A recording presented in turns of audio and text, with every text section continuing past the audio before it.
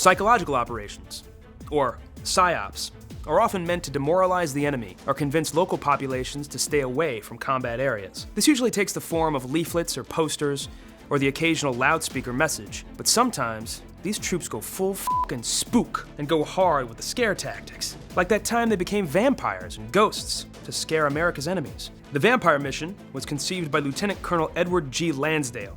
He was sent to the Philippines in September 1950 to help dislodge communist rebels in the area. The rebels, known as hooks, were known to be superstitious, so Lansdale had his men study their local legends. After the success of an early mission to convince locals they would be cursed if they supported the communists, Lansdale knew he was in business. He then turned his attention to a local vampire legend, the Aswang. The Aswangs are malevolent spirits that come out at night to perform a variety of evil activities, including attacks against the weak. They take many different forms, including ghosts, viscera suckers, and vampires, and they sound scary as hell. Although the ritual to banish the angry spirit sounds terrible too. A shaman writhes on the ground, literally speaking in tongues. I don't like it when people speak in tongues. It's one tongue. Lansdale was betting that the communist rebels didn't like it either, so he and his men circulated a rumor that an Aswang lived in the hills nearby. They waited for the rumor to make its way up the hill and then swooped into action. A covert team snuck into the hills and waited for a patrol.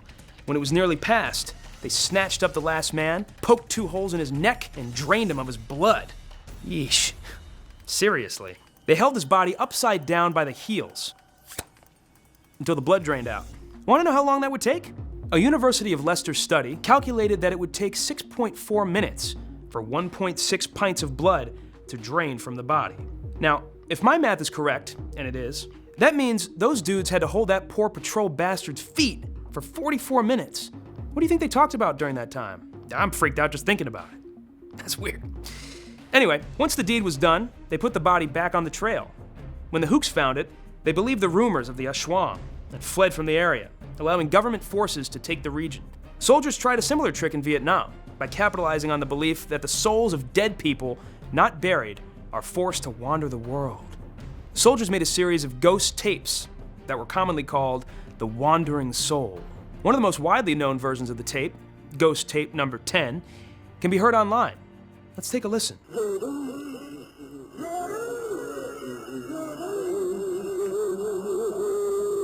Weird. We'll have a link for that down below in case you want to download it and listen to it while you're falling asleep tonight. Creepy? Yeah, it's creepy. The audio tapes began with Buddhist funeral music, followed by a girl's cries for her father. A wandering ghost then responds, crying with regret that he chose to die on a far-off battlefield rather than staying with his family. It's sad. Soldiers with backpacks, ships, and aircraft all broadcast the message at different times. There's little evidence that anyone believed they were hearing actual ghosts, and the tapes seem to have mixed effects. While there were reports of communist forces surrendering or deserting after hearing the tapes, it also kind of backfired.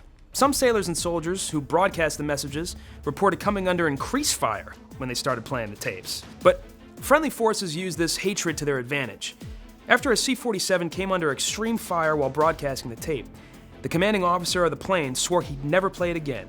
He was sent back the next night to play it anyway, but this time with an AC-130 flying in for support and targeting everything that fired at the C-47. So one way or another, it worked. Play us out, Ghost Tape.